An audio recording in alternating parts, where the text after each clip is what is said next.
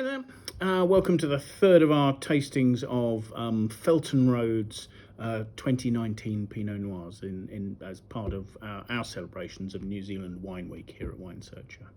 I've been moving my way through Felton Road's range, and the third wine I've come to is the Cornish Point Pinot Noir. So that's a single vineyard wine, and Cornish Point is a vineyard the furthest from the winery.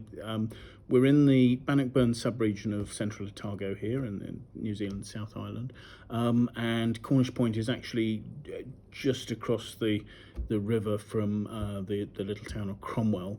So it's in an area where at the top of Lake Dunstan, where you get quite good airflow through the valley, and manages to keep it quite free from frost, which can be a problem in this potentially very cool southern part of New Zealand, certainly in midwinter. So anyway, having a look at this, we've got a wine that is like the other two. The colour is it's a medium red with quite dark pigmentation, but by no means opaque, and a purple note at the rim, sort of denoting the fact it's quite a young wine. Smelling it, there's a lovely intensity and a hedonism to the aroma on the Cornish Point that we didn't see to the same extent on the previous two wines. There's sort of a deep, ripe black cherry underpinned by fresher red cherry, maybe even some red currant freshness in there, but a deepness of dams and bullis sort of notes as well. And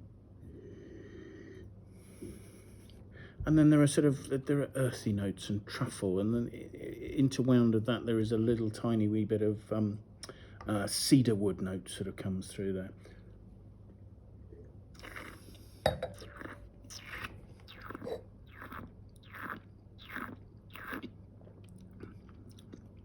On the palate, the Cornish Point is notably sort of broader and richer than the Calvert that we previously tried. There's a lovely smoothness. There's some slight notes of sort of coffee and chocolate. The tannins, they're smoother than velvety. They're silky, chocolatey textured.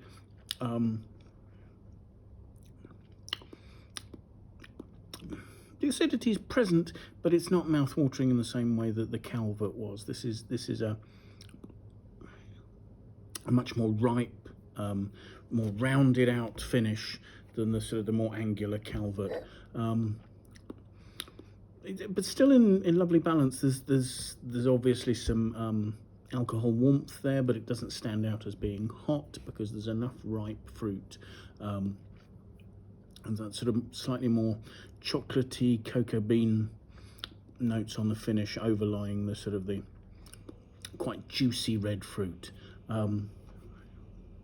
Yes, this is getting more hedonistic and really showing why Felton Road is an iconic wine for there are iconic wines for the Otago region. So I'm enjoying this. I hope you're enjoying these videos. Do join me for the next two. We'll do block 3 and then block 5.